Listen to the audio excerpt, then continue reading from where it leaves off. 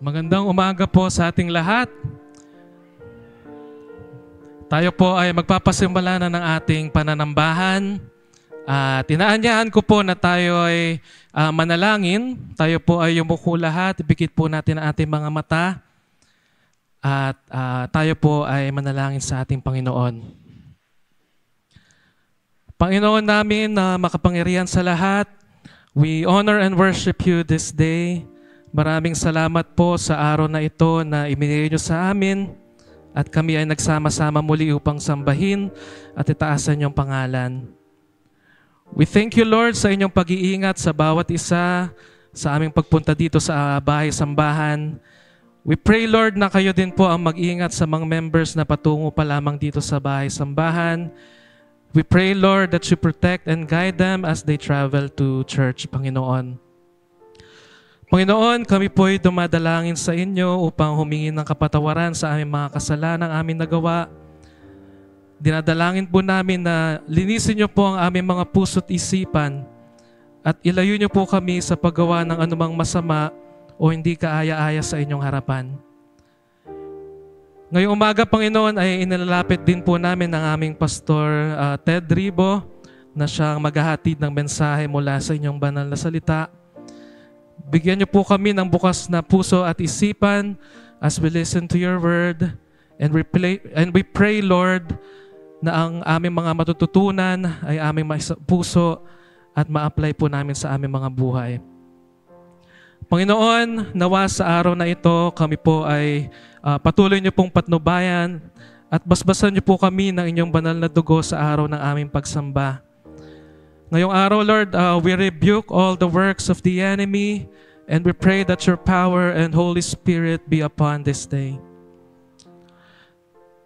We lift up everything to you, Lord, at ang lahat pong ito ay dinadalangin namin sa pangalan ng inyong bugtong na anak na si Jesus.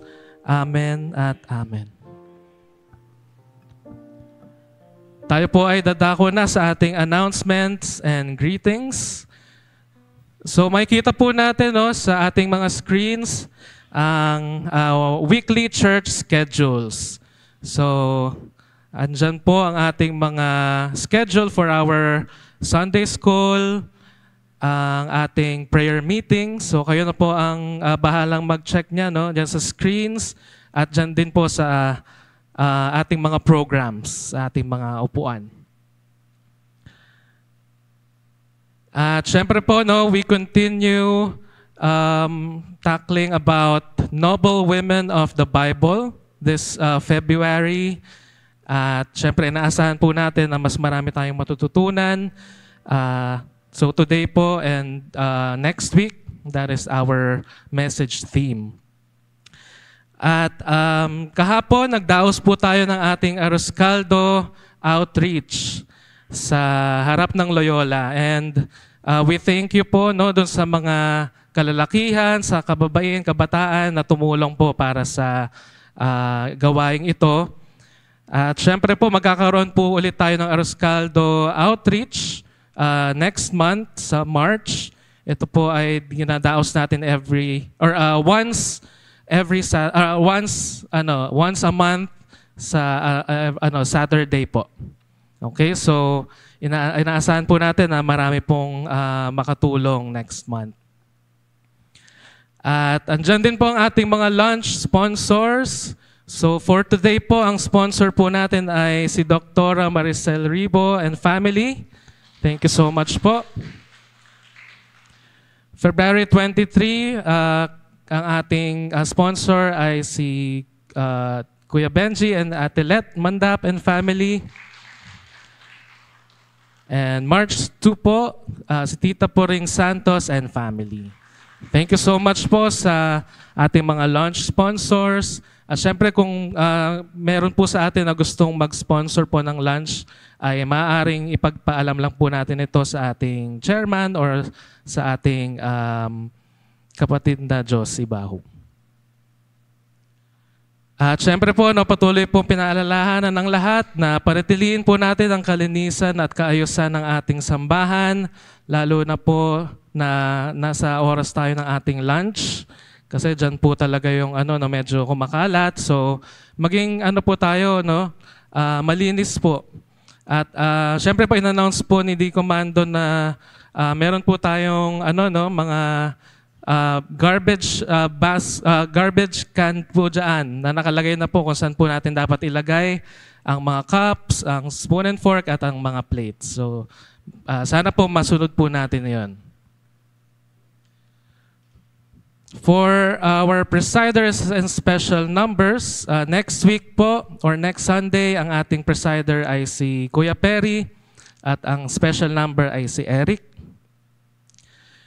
At binabati po natin ng maligayang kaarawan si Ate Diana de las Llagas. Siya po ay nasa Canada.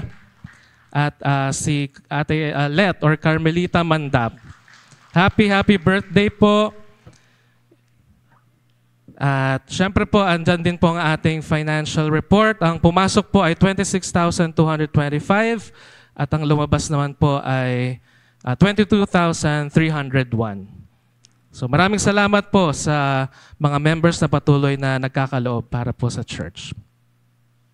So quote for the week, God uses ordinary people to do extraordinary things. So, yan, inaral din po natin yan no, nung nag-message po ang ating si Attorney Jury na yan po yung isa sa naging focus niya sa kanyang message. Okay. Amen. Salamat po sa atin pong worship team for leading us in worship this morning. Tayo po ay nasa isang special privilege moment na kung saan tayo po inaanyayahan ng Panginoon to come. Lumapit kayo sa akin, ang sabi ng Panginoon. And so this morning, kung kayo po ay maraming pasasalamat dahil sa nag-birthday, tayo po ay magpasalamat sa Panginoon. Kung kayo po ay may maraming blessings na tinanggap, it's a beautiful time na magpasalamat. Kung kayo po may karamdaman, it's a beautiful occasion na ilapit natin ang ating mga sarili at hingin natin ang kamay ng Diyos na tayo hipuin sa lahat ng ating mga pangangailangan. Ano man po ang inyo pong mga dalangin this morning, we would be so happy to pray with you. Kasama po yung ating mga kapatiran sa online. We will just pour out our hearts in one accord in prayer to God. But before we pray, awitin po natin ang ating pong affirmation of faith. Alam kong may magagawa ang Diyos. We affirm, alam kong may magagawa ang Diyos. Alam kong diringgin ako ng Diyos. So we come with confidence. Let's sing. Alam kong may magagawa. Yes, Lord. Ang Diyos. Alam kong may magagawa. Ang Diyos. Kung ako'y magtatapat sa Kanya ay susunod, alam kong may magagawa ang Diyos. Alam kong diringgin ako ng Diyos. Alam kong diringgin ako Yes, Lord. ng Diyos. Alam kong diringgin ako ng Diyos. Yes, Lord.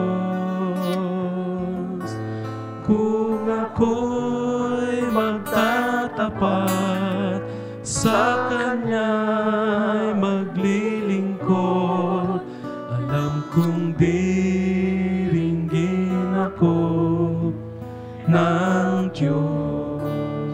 We invite you now to please come. Ano man po ang inyong nais ipagpasalamat sa Panginoon. And sama-sama po tayong lahat. Those of you na nakaupo, please bow your head. Kung kayo po ay nasa online, please bow your head. And let's all invite the presence of God in our midst and invite the Holy Spirit to speak to our hearts. God is listening to our prayers. So habang ako po ay nagpe-pray, in your heart, you pray with us. In your heart, you believe with us. In your heart, we trust the Lord together. O Father in heaven, salamat po sa umagang ito sa pagkakataon minsan pa na lumapit sa iyong altar upang mag-alay ng aming pagpupuri at pagpapasalamat.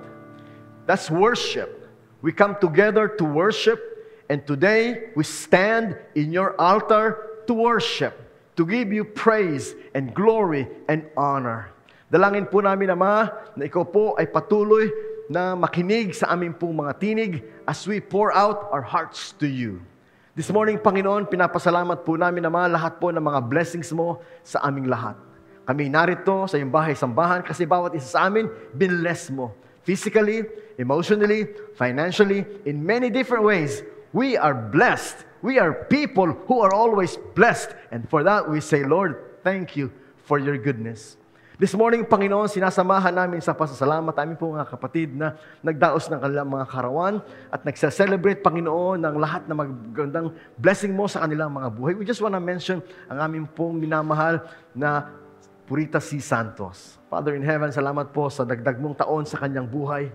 Salamat po sa napakaraming taon ng ministeryo, napakaraming open doors, Panginoon, na nabe-bless ang maraming mga tao. And we pray for good health, good strength, and many more years that she can serve the Lord with her husband and with her whole family, yung kanya po pa ng mga apo, and this church that she loved so much. We pray for her, and God, may you continue to watch over her and her family. Salamat din po, Panginoon, sa birthday ni Liam. Dalangin po namin naman na patuloy mo siyang bigyan ng good health. Tulungan mo siya, Panginoon, na mag-focus sa kanya pong pag-aaral.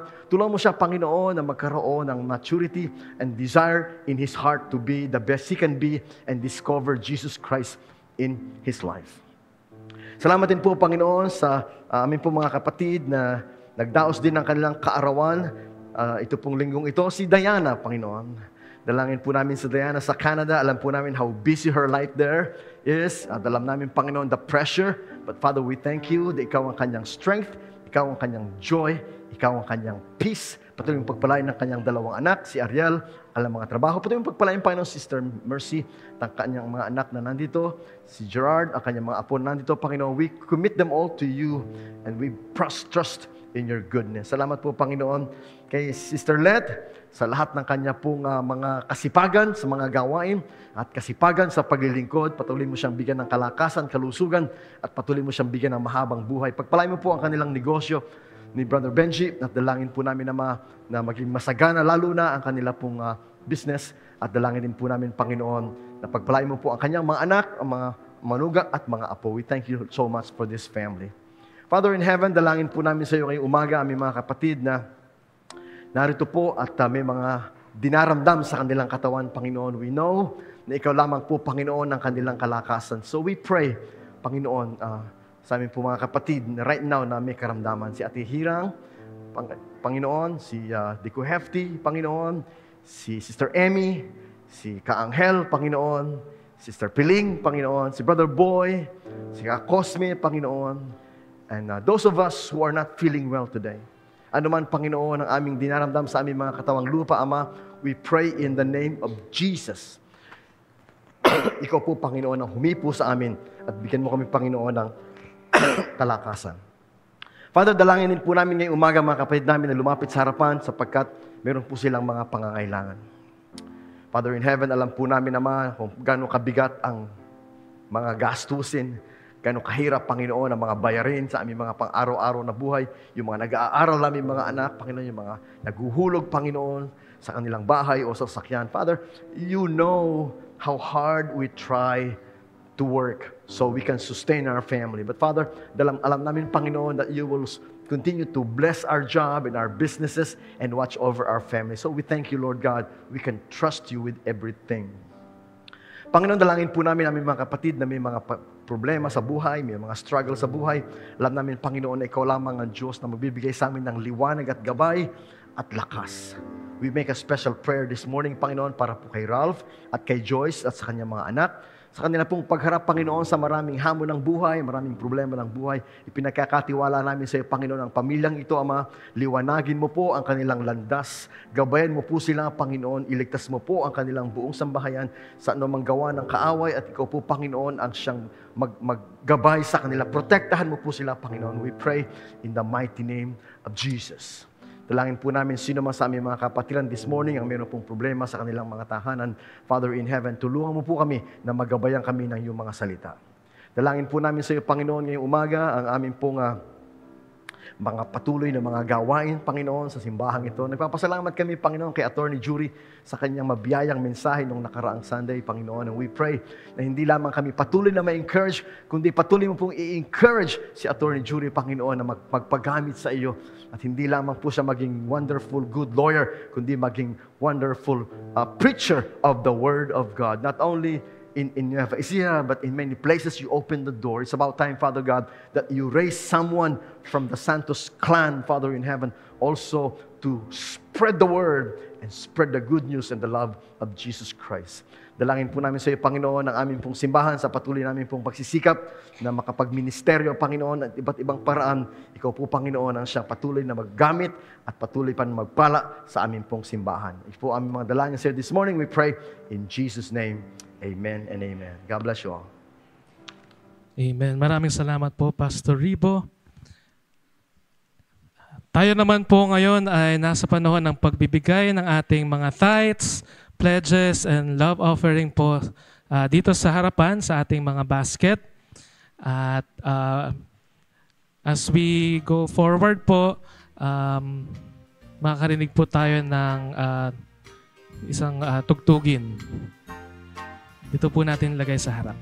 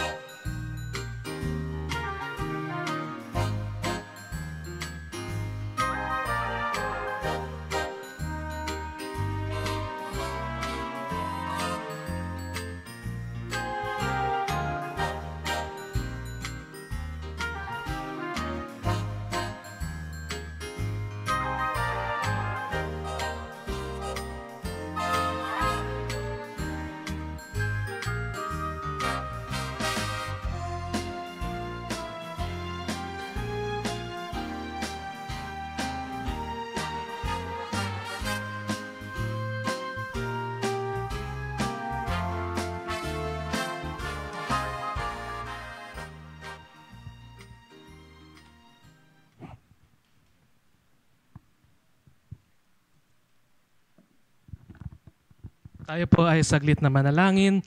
Panginoon, maraming salamat po, Lord, sa patuloy pong pagbibigay sa amin ng mga blessings, Lord, sa pagbe-bless aming mga kabuhayan, Panginoon. Papasalamat kami, Lord, na we have the opportunity, Lord, to give back to you, Lord, itong mga blessings na ito. At patuloy niyo po kaming i-bless, Panginoon, at nawa po ang aming mga offering, Lord, ay magamit po para po sa pagpapalawak ng inyong ministeryo. Ito po yung dinadalangin namin sa pangalan ni Jesus. Amen. At ngayon naman po ay makakarinig tayo ng isang tanging bilang na dadalhin po sa atin ng ating kapatid na Mika Viluan. Amen, Mika. Thank you very much. Praise the Lord. Yeah, God bless you, Mika. Magandang umaga po sa ating lahat. Amen. Praise the Lord. Kung kayo po ay may mga banal na kasulatan, ako po ay nagaya sa inyo sa aklat po ng mga Gawa, Kapitulo 18. Acts chapter 18.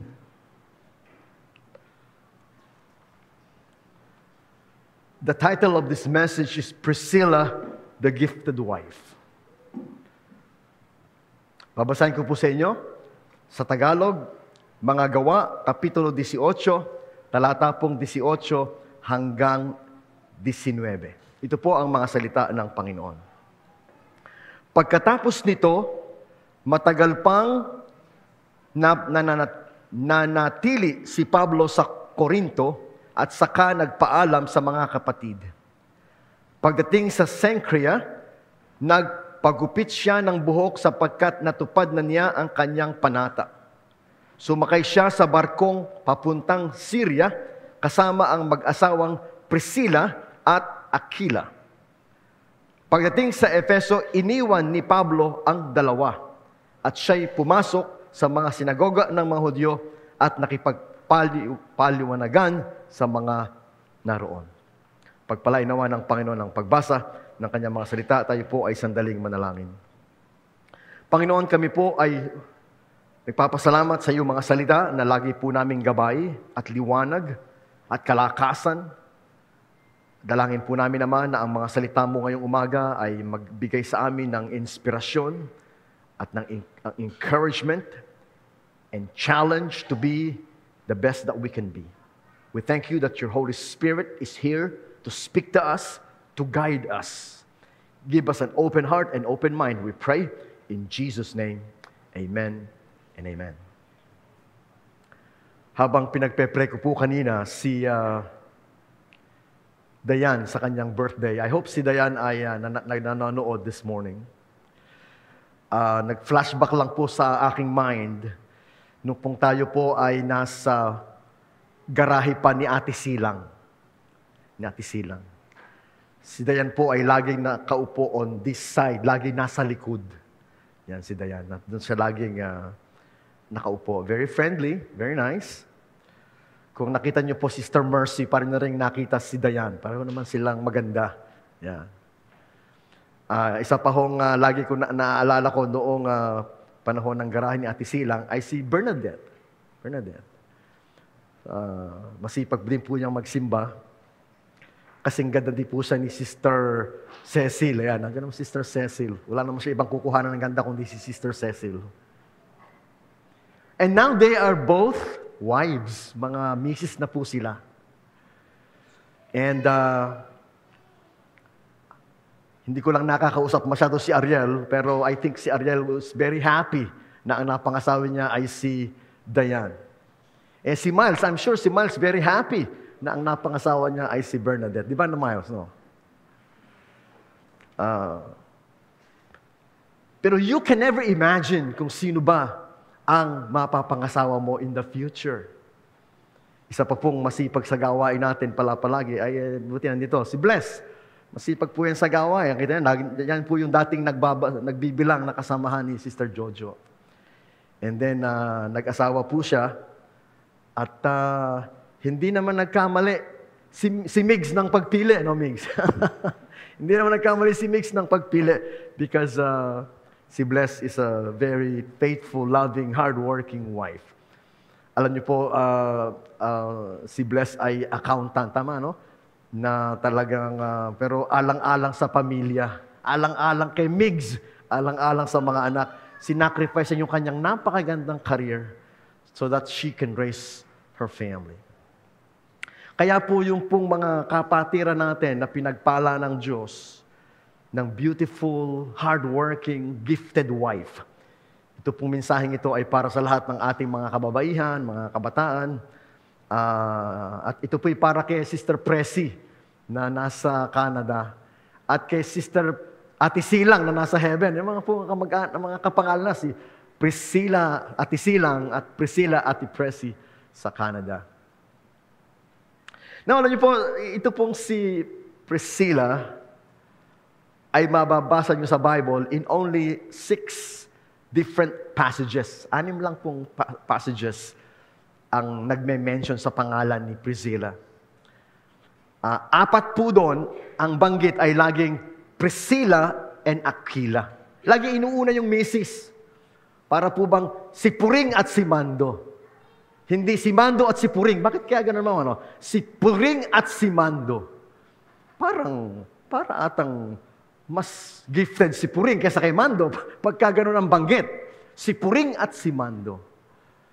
Madalang po yung si Aquila at Priscilla. Laging si Priscilla at si Aquila. It shows you something about the giftedness of this wife, Priscilla. Andiyan naman si Joy sa taas. Kaya ko po nabanggit itong ating mga young mothers na nare-recall ko lang, nagre-reminisce lang ako way back many years when I was looking at Dayan doon kay Ate Silang na garahe at si Bernadette at si Bless. Kasi po ngayon, ibang generation naman ang ating tinitingnan. Yung generation ni Riza, yan. Yung generation ni Joyce, at ni Pauline, kung nandun, at ni Patty, yan naman ang ating mga young girls na ini-imagine natin, sino kaya ang mapapangasawa ni Riza? O ni Joyce? O ni Patty? Ayan. Saka na si Sofia. Bata pa si Sofia eh. Hindi pa, matagal pa, oo, matagal pa. In fact, sinabihan na ako ni Aaron eh, o pastor, pag nagdibo si Sofia, saka si Solen, matagal pa si Sansa, matagal pa talaga. Sana nakakatayo pa kami ni Chairman. Mabilis lang po ang panahon, but you can imagine these young people. Yung anak ni Bernadette na si Nika. Ay, mali. Si Nika yung kumanta. Beautiful girl. Beautiful voice. Yan. Sila. Ano nga ba yung pangalan, ma'am, ni anak ni Bernadette? Dalawa yun eh. So, Sophia din. Tama. Beautiful girls. So, napaka-critical yung pong pagpili ng mapapangasawa. And I hope to God that this early in your life, you are already praying to God to guide you and to lead you in your choice. Dito po sa aklat po ng Acts chapter 18, binigyan po tayo ng ilang glimpses sa buhay nitong si Aquila and si Priscilla. Simulan po natin, Ate Joyce, dyan sa 18, 1, 2, and 3. I will read for you. Acts 18, beginning with verse 1. Pagkatapos umalis si Pablo sa Athens, and went to Corinth. I'll read in English. Continue. Verse 2. There he became acquainted with a Jew named Aquila. So Aquila is Jew. Hudyo siya. Born in Pontus, who recently arrived from Italy with his wife, Priscilla. Now, si Priscilla po ay Italian. Roman citizen. Si Aquila po ay Jew. So, mixed marriage. Umalis po sila sa Rome because pinalayas ni Claudius Caesar ang mga Jew sa Rome in AD 49. So, they left at they went to Corinth. Doon po sila nagpunta. Doon nila na-meet si Apostle Paul, verse 3. Paul lived and worked with them, for they were tent makers just as he was. So, si Apostle Pablo po ay tent maker by profession. Siya po ay Pharisee at the same time tent maker. Nagagawa ng tolda. Yun po ang kanilang kabuhayan. Dahil po naging Christian si Apostle Paul, nagmi-mission siya, naging missionary. Nagpunta po siya ng Corinth. Na-meet niya itong dalawa na galing naman ng Rome. Kaya po sila, nagkaroon ng friendship, pare-pareho silang mga tent makers. In fact, nagstay po si Apostle Paul dun mismo sa bahay ni Aquila and Priscilla. And ang sabi po dito sa Tagalog, sila po ay magkakasamang gumagawa ng tolda. So they joined together. Ano po ang purpose ni Paul? Bakit siya gumagawa ng tolda? Para po hindi na niya hingin yung kanyang pangangailangan sa kapatiran. Ang tawag po doon sa modern term ay mga tent makers. Ganun din po, tent makers. I am a tent maker. Chairman, our Pastor Armando Santos is a tent maker. What do you mean? Kami po yung mga pastor na nagtatrabaho. Hindi po kami umaasa totally sa suporta ng simbahan. Sa Canada po, marami ako mga kaibigan doon, sila po ay tent makers din. By vocational pastors. By vocational, meaning two professions. During the week, sila po ay nagtatrabaho, and on weekends, sila po ay nagpapastor. That's the only way many Filipino pastors survive in Canada. Pati po si Pastor Eli, kung nanonood po si Pastor Eli, siya po ay nagtatrabaho din sa Canada at nagpapastor. Hindi ko po alam kung siya po ay nag-retired na ngayon. Pero po nung ako'y nagpunta doon, sinasama pa niya ako sa kanyang clinic.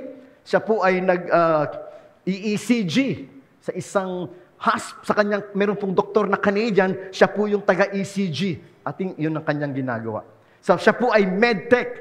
Ito pong si Pastor Eli ay medtech at nagkakwentuhan po sila ng wife ko na sa kanilang mga trabaho. Dati din po nagtrabaho kasi si Pastor Eli sa Philippine Heart Center and my wife ay nag-training sa Philippine Heart Center. So marami pong mga pastor na they work so they can serve the church without becoming a burden to the church. Kasi po kung kami ni Pastor Armando Santos ay full-time, it will be a big stress sa simbahan sapagkat you need to provide a lot of money to support the family of the pastors. At ang sabi ni Apostle Paul, I do not want to be a burden to you, so I work with my hands. Yun po ang sabi ni Apostle Paul. Mahal namin ang gawain ng Diyos. Mahal namin ang church. Mahal namin ang mga miyembro. At ayaw namin maging burden sa inyo, so we work. At doon po nila na-meet itong si Priscilla at si Aquila at pare-pareho po silang nagtrabaho. Sila'y nagtrabahong kasama nila. Verse 3. At sila'y manggagawa ng tolda tulad niya at siya ay nakitira sa kanila at sila'y nagtrabahong kasama nila. So magkakasama silang gumagawa ng tolda. Hindi po beautiful. But the beautiful thing is, hindi po binabanggit dito kung believer na si Aquila at Priscilla nung nanggaling sila sa Rome. But definitely, nung na-meet nila si Apostle Paul, sila pong mag-asawa ay na-disciple o i-disciple ni Apostle Paul mismo. Yun po ang napakagandang example ni Apostle Paul when it comes to discipleship making. Discipleship making, mga kapatid, is you disciple people where they are. So in this case, sila po'y together in their business at dinidisciple niya si Priscilla and Aquila habang sila'y nagtatrabaho. Kaya nga po yun po ang magandang approach sa discipleship. I-disciple mo yung kasama mo sa opisina, o i-disciple mo yung kasama mo sa school, o i-disciple mo yung iyong kapitbahay, yung iyong friend, kasi meron kayong common contact na. Magkasama kayo sa trabaho, magkasama kayo sa school, magkasama kayo sa neighborhood, best friend kayo.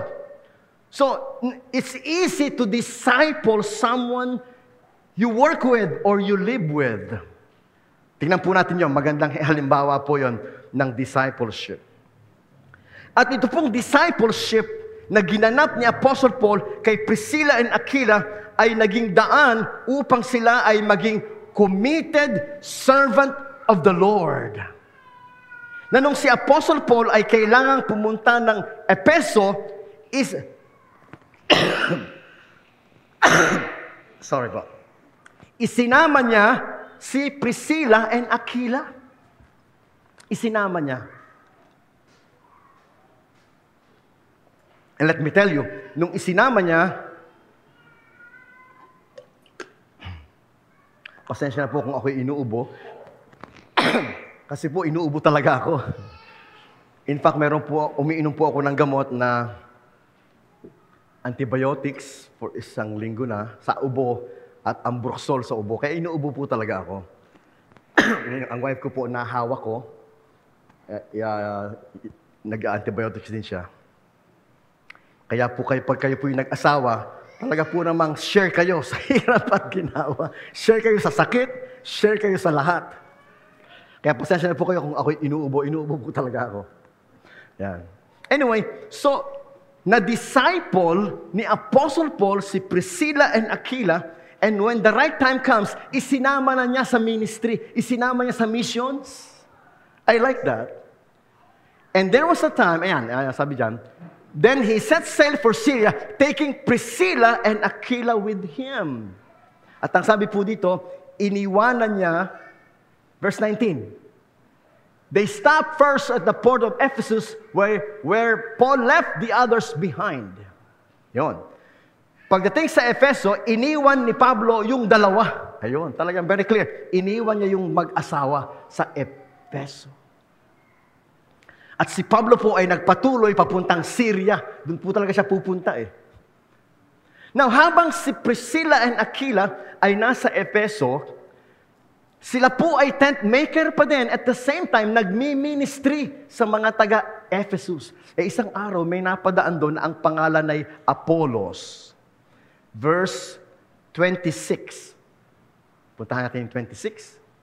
Sa verse 26, ang sabi po dyan, when Priscilla, again, inuuna palagi si Priscilla, ma'am. Inuuna siya palagi.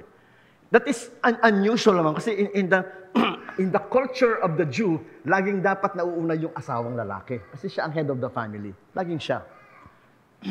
Pero in this case, laging inuuna yan si Priscilla. Priscilla and Aquila heard him preaching boldly in the synagogue. They took him aside and explained the way of God more accurately.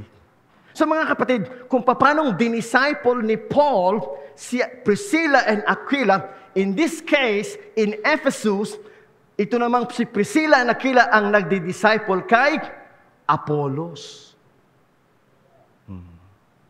Si Apollos po ay mighty preacher. Mighty preacher. In fact, binanggit ni Pablo si Apollos in many different places at sinasabi niya, sino ang kay Apollos, sino ang kay Pedro, sino ang kay Pablo. In other words, ipinapakitan ni Pablo itong prominent talent and ability ni Apollos. Pero matanong nyo, sino ang nagturo kay Apollos ng salita ng Diyos? Sino ang nag-disciple kay Apollos sa pagiging minister? Ito pong mag-asawa, si Priscilla and Aquila. Napakagaling. At alam niyo po ba na binabanggit din sa Bible kung saan si Priscilla and Aquila ay nagtayo ng tinatawag na house churches. House churches. Basahin po natin yan dito sa Maya 1 Corinthians 16.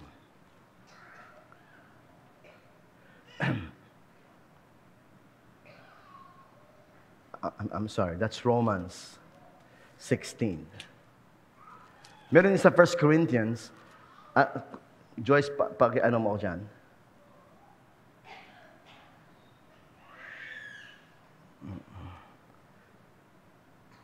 Hindi ko pala na, Phoebe, 3. Romans 16:3, thank you. Give my greetings to Priscilla. Inuuna naman si Priscilla. Inuuna talaga siya. Give my greetings to Priscilla and Aquila, my co-workers in the ministry of Christ Jesus. So yun po ang kanyang tawag sa dalawa yan. Co-worker ko yung mga yan. Co-worker ko sila. Verse 4. Verse 4. In fact, they once risked their lives for me.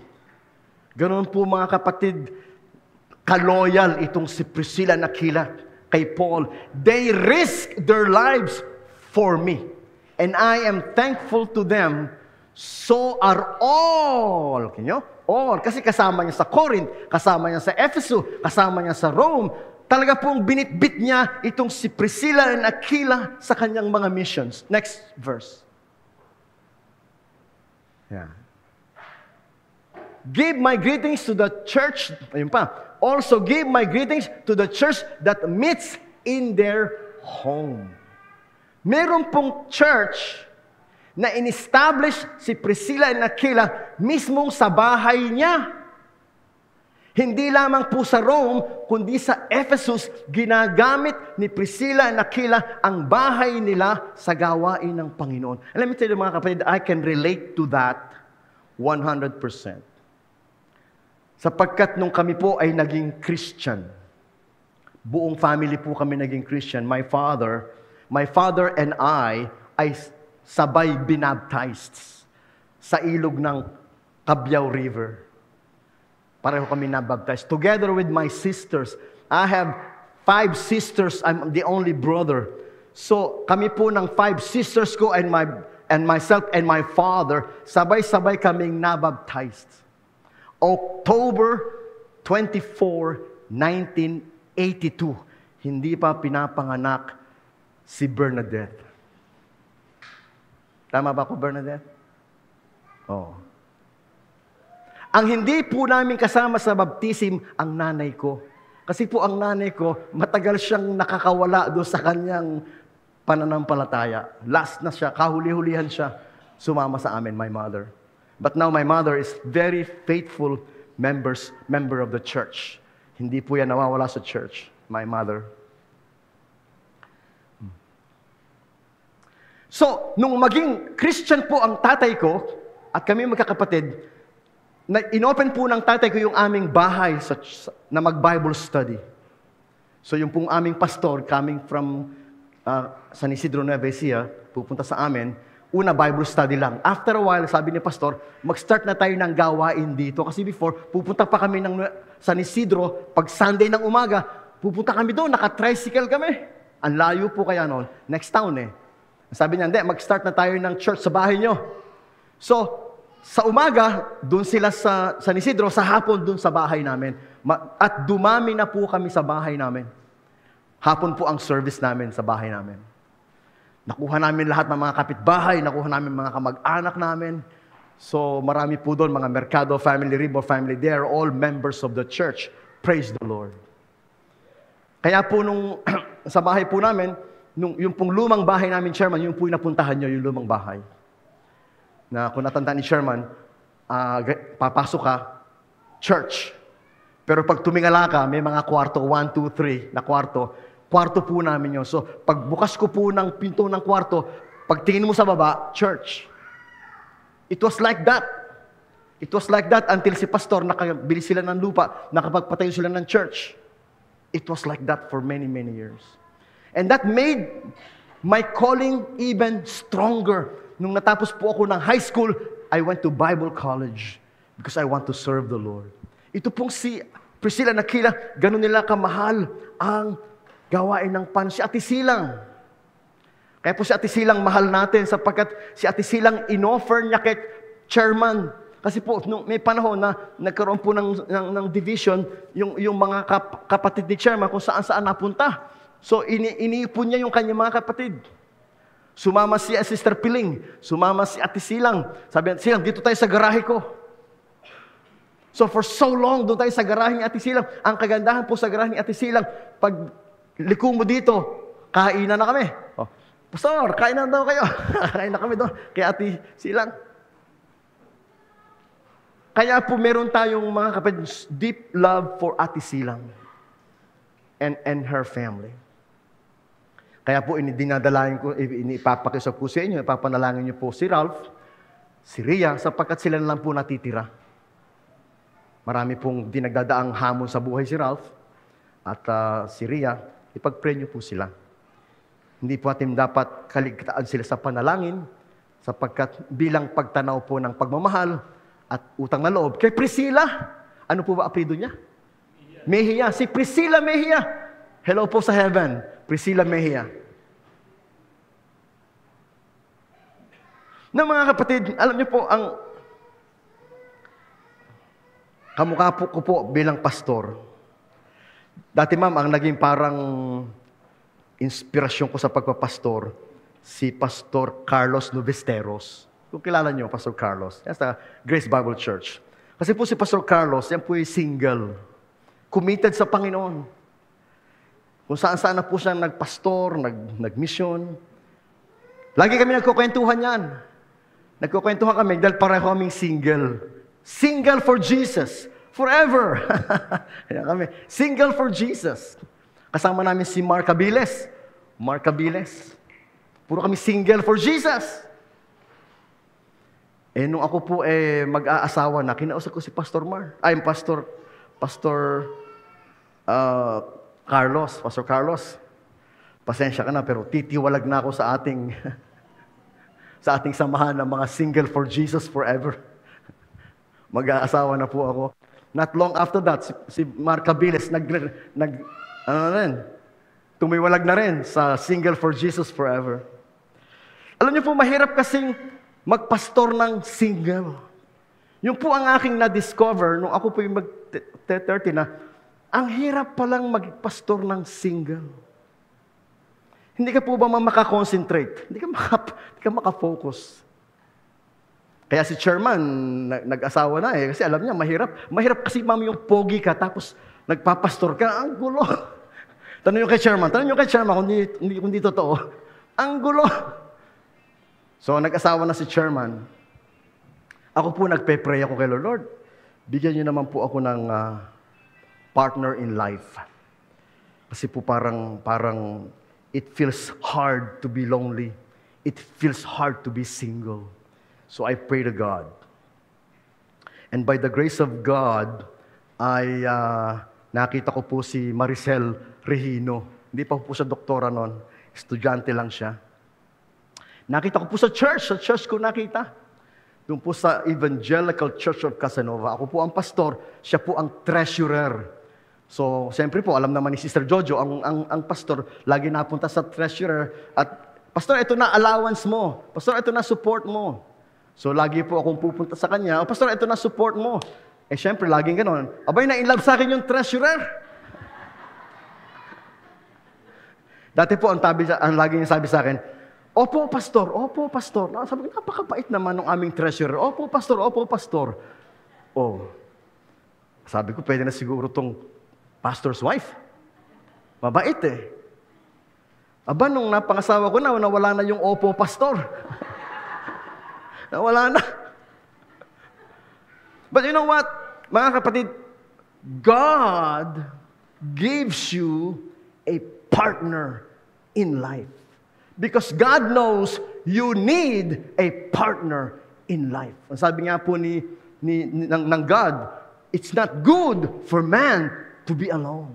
So sooner or later, kung nakikinig si Raymond, sooner or later, Raymond, you need to find your better half.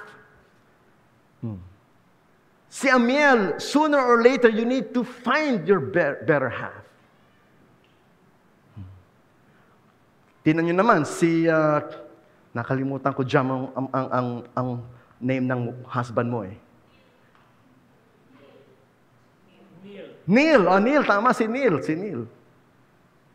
Si Neil, tahimik lang yung si Neil eh. Nung nag-meet kami, nagka-counseling kami, tahimik siya. Medyo serious type siya. Pero ngayon, laging nakangiti. Tingnan nyo si Neil, hindi ko siya nakitang tahimik ngayon. Lagi siyang smile. Very happy siya na binigyan siya ng beautiful wife at binigyan siya ng very active kid. Very, very active kid. Alam niyo po, kapag nakapag-asawa kayo ng bigay ng Diyos, lagi kayo nakangiti. Tingnan niyo si Migzo, lagi nakangiti. Tingnan niyo si Benji, lagi nakangiti. Oh. Tingnan niyo si Brother Boy, lagi nakangiti. Si Joey din, lagi nakangiti. Oh. Sino ba dito yung... Si Aaron, lagi nakangiti. Pagka ikaw happily married, lagi ka nakangiti. O si Niles, lagi nakangiti. Meron ako nakikita minsan, yung wife hindi nakangiti. Siguro, sabi niya, sino ba ito napangasawa ko? Pero yung husband, pag nakaasawa ng beautiful wife and gifted, talented wife, lagi nakangiti. Kasi they're happy. They're happy that God has given them such a lovely, caring, wonderful, gifted wife. Sino po sa inyo ang nag-date nung Valentine's? Taas nga kamay? O Migs, dinate mo ba yan nung Valentine's? Hindi. O Niles, dinate mo ba yan nung Valentine's? Very good. O Joey, dinate mo ba yan nung Valentine's? O Brother Boy, dinate mo ba siya nung Valentine's? Aaron, dinate mo nung Valentine's? Hindi. You have the most beautiful, wonderful, patient wife. You know what? Hindi yan nakikibo, pero I love Ronnie. Beautiful spirit inside. Kahit hindi mo dinate, nasaan ka ba? Biro lang. Busy, no? But let's talk about Priscilla. Yung mga, baka hahaba po ako eh. Let me focus on the character of Priscilla that makes her the gifted wife. Number one, Priscilla is hospitable. Ano po yun? Bilang isang wife, hindi siya yung complain, ano ba naman yung mga bisita, punta rito, kain dito. Hindi, may mga ganung wife eh. Na complain kapag pupunta yung mga friends mo, o lagi ka, busy ka. Si Priscilla is hospitable. Welcome sa Kanya lahat ng mga kapatiran, welcome sa Kanya lahat ng mga gawain, welcome sa Kanya lahat ng mga naghahanap ng ebanghelyo. Open ka sa bahay ni Priscilla. And I think that's important sa isang babaeng gustong gamitin ng Diyos. Dapat, hospitable. Welcome lagi ang mga tao sa'yo.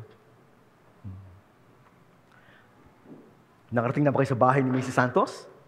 It's a beautiful house. And nung mga nakaraang panahon, lagi tayo nagpupunta doon, may mga gawain tayo doon. Hindi na lang masyado ngayon kasi matatanda na kami. Hindi na kami nakakapunta. Another story about Priscilla is that Priscilla is caring. Caring. Mapagmalasakit siya. Nakita natin kung paano yung pinagmamalasakitan yung mga miyembro ng simbahan. Caring. Accommodating. Madaling lapitan, accommodating. Approachable. Yan si Priscilla. Hindi ka mapapahiya pag lalapit ka sa kanya. In fact, ma'am, ito, iniisa-isa ko to, itong lahat ng mga karakteristik ni Priscilla, ma'am, it describes you. It describes you. Kaya ka, ma'am, perfect partner ka. I'm telling you, walang masyadong tao sa Boracay. Boracay is all to ourselves. Kasi walang tao, walang foreigner. Kasi nga po, may pandemic. Pero sumugod kami doon para kami mag-mission. Di ba? Praise the Lord. Adventurous din si ma'am Kaya natutuwa naman kami, Joy and Aaron, na ang tatay at nanay nyo, at their age, ina-adventure nyo. Kasi kailangan nila yun to keep their spirit young. Di ba, no? So, Japan, Korea, New Zealand, Australia. Mag-tour kaya kayo ng, ma'am, yung cruise. Europe. Hanggat nakakalakad. In fact, sabi ng wife ko, Daddy, hanggat bata pa tayo, dapat mag-tour tayo. Kasi pagka hindi ka na makalakad, paano pa yun? Paano pa tayo mag-tour? Hindi ka na makalakad. Sabi ko, makakalakad pa ako. Don't worry, chairman nga, 76, nakakalakad pa . Oh. Adventurous siyang si Priscilla. Okay lang sa kanya sa magpunta. Daring. Passionate. Lagyan mo lahat dyan, Joyce. Passionate. You can read it. Yung passion ni Priscilla sa paglilingkod sa Panginoon. Faithful. All the way to the end. Faithful yan. Si Priscilla. In fact, nagpapasalamat si Apostle Pablo kasi hindi nila iniwanan si Paul in danger. They risked their lives. Sabi po ni Apostle Paul. Loyal yan. Faithful. Loyal. Lagay mo, loyal. Sacrificial. Handang mag-sacrifice. Humble. Unselfish. Unafraid. Yan. Tingnan nyo yan. Aaron, if you ask me, Aaron, look at me. If you ask me, that describes your mother. Diba? That describes your mother. Kaya, si Mrs. Santos ay gifted wife. Gifted wife. Kaya ang tawag ni Chairman, alam niyo ba si Chairman, pag nasa CM kami, ang tawag niya kay Mrs. Santos, Ma'am. Ma'am. Ma'am. Ano nang gagawin si Ma'am? Ma'am. So, driver siya, tapos boss niya si Ma'am. Ma'am. Boss niya. Kaya nung araw, nung punta kami sa CM, si Mrs. Santos taga-bit-bit ng lahat ng gamit ni Ma'am. Driver ni Ma'am. Teacher ni Ma'am. Assistant ni Ma'am. Hindi yan nawawala kay Ma'am. Kasi gifted wife hindi naman nagbago mamang role, no? Hanggang ngayon, ganun pa rin. Hanggang ngayon, hanggang yung lumipat lang kayo from CAM to here, ganun pa din. Behind any man's success is a loving wife. Tama ba, Chairman? Amen? Meron po tayong mga miyembro dito, I will not mention any name. And I feel sorry because their lives are broken because their wives abandoned them. I have one mind right now. Di ba, Sister Dory, ang ganda ng karir niya, ang dami niyang pera. Di ba, Sister Dory, hindi na ako mag-mention ng name kasi naka-online eh. Pero kilala siya, gwapo siya, maganda karir niya, maganda buhay niya, hiniwalay ng asawa. Wala na. Kaya po ngayong mga kabataan, ang hanapin nyo yung kamukha ni Priscilla, the gifted wife. Hindi laging maganda. Hindi laging maganda ang criteria. Ano nga sabi sa Biblia? Huwag niyong tingnan yung maganda sa mukha, o maganda sa buhok, o maganda sa damit. Ang tingnan niyo yung maganda ang puso, maganda ang karakter, maganda ang pananampalataya. Yun ang tingnan niyo. Because behind every man's success is a loving wife. Kaya po ako, nagpapasalamat ako sa Panginoon, binigyan po ako ng loving wife. Yan. My wife is a loving wife. Bagamat hindi kami minsan nagkakaintindihan, ganun po ata man pag matalino sa iyo yung wife, no? Pag matalino sa iyo yung wife, hindi kayo magkaintindihan eh. Lagi, Dr. Maricel Ribo.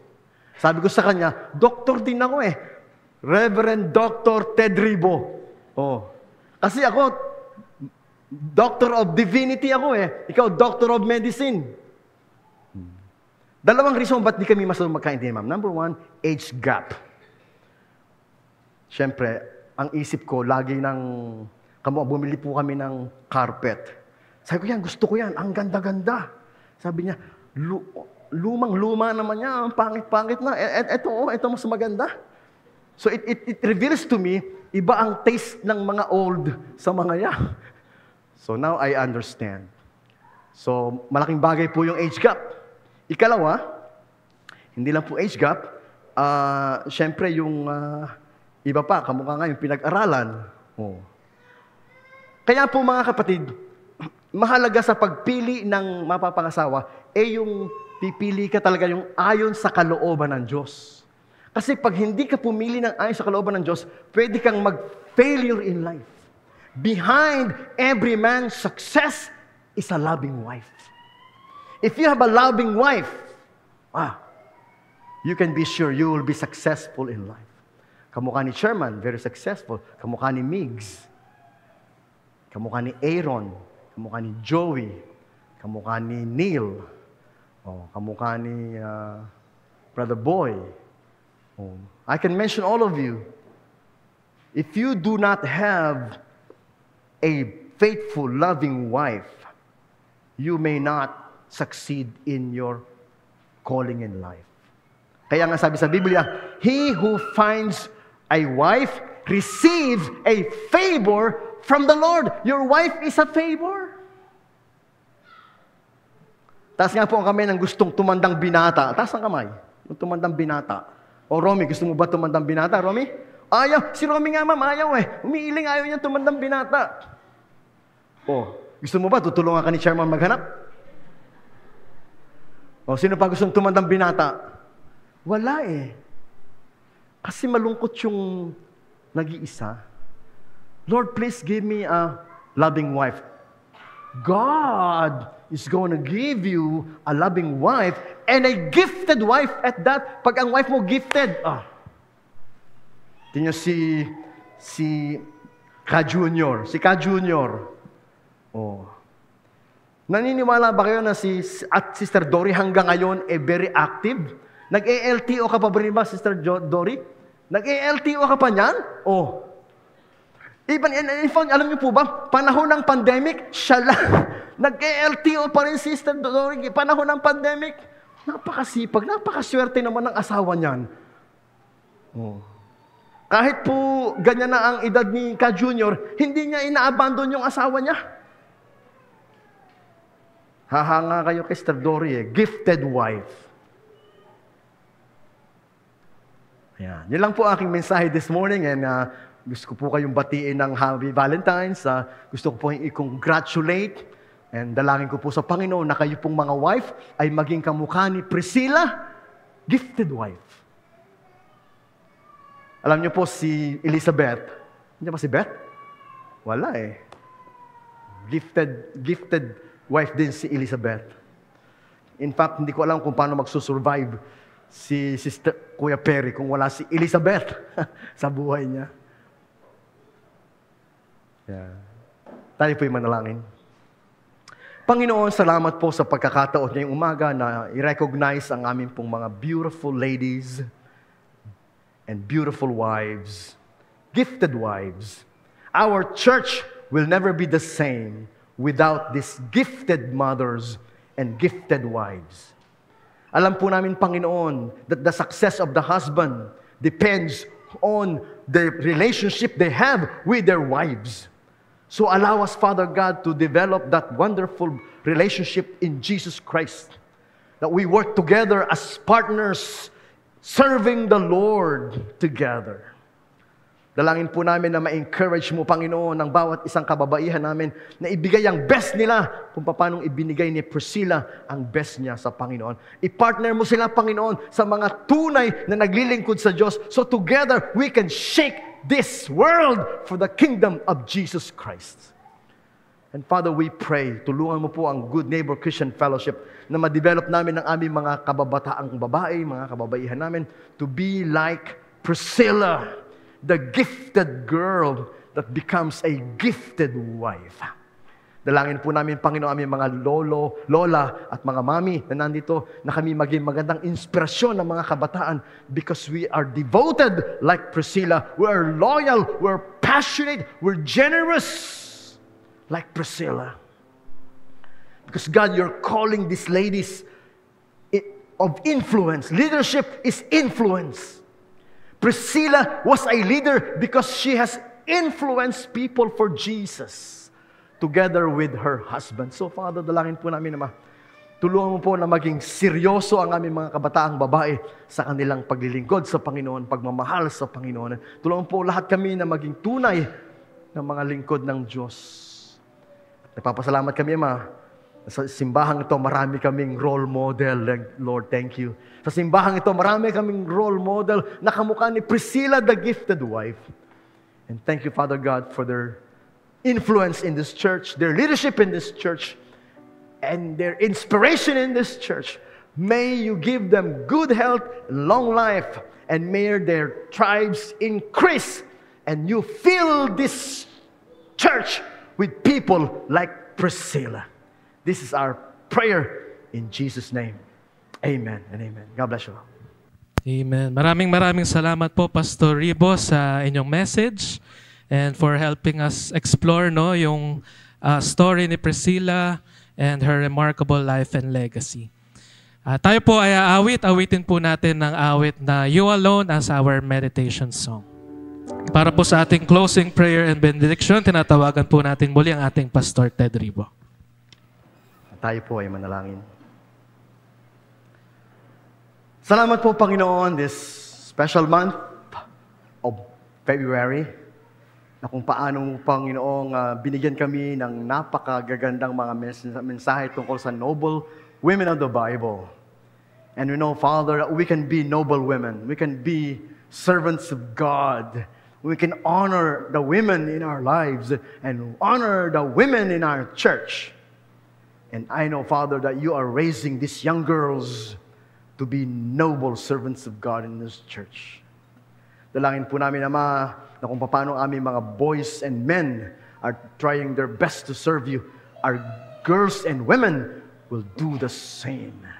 At dalangin po namin, Ama, na patuloy pong gamitin ang aming church to disciple men and women, boys and girls, to be the best that they can be for Jesus Christ. Hindi po nagbabago ang aming love and passion sa evangelism and discipleship in this church. It's our marching order in this church from the beginning that we were established all the way, Panginoon. We are a discipleship-making church.